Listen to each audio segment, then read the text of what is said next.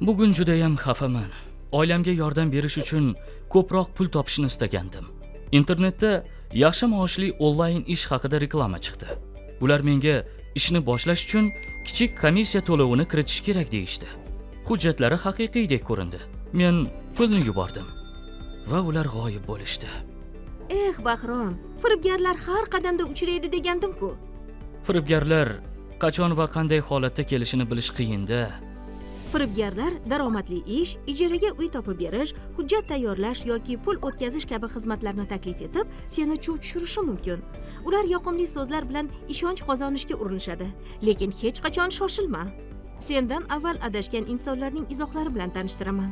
Ishingizni hal qilaman degani uchun oldindan pul bergandim. Aldashdi.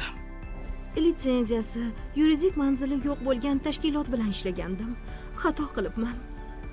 Ish topilganiga xursand bo'lib, ish beruvchiga pasportimning nusxasini emas, aslini beribman. Chuv tushirishdi. Internetdan kelgan yolg'on havolalarni bosib, firibgar tuzog'iga tushdim. Begona tizimlarga karta ma'lumotlarimni kiritdim va pullarimdan ayrildim. Mana ko'rdingmi? Boshqalarning xatosi sen uchun dars bo'lsin. Har doim savol ber, hujjat so'ra va isbot talab qil. Tushunarli. Sen ham o'z tajribang bilan bo'lisha olasanmi? Senga uchragan firibgarlar haqida nima deysan? Ular juda tez va oson pul topish haqida gapirishdi. Takliflari meni qiziqtirdi. Keyin bugun pul o'tkazish kerak deb shoshiltirishdi. Yashirincha ish yuritarkanmi? Ha, hozircha hech kimga aytmang dedi. Ular xuddi mana shunday ishlaydi.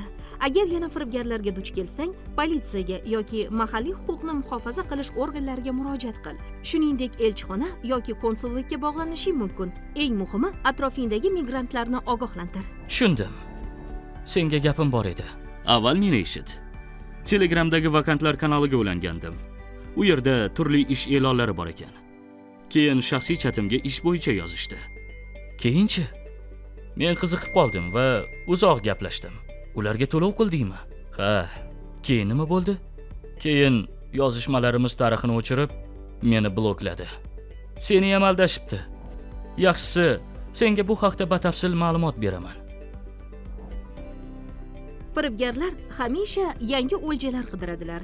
Keyingisi siz bo'lmasligingiz uchun hushyor bo'ling.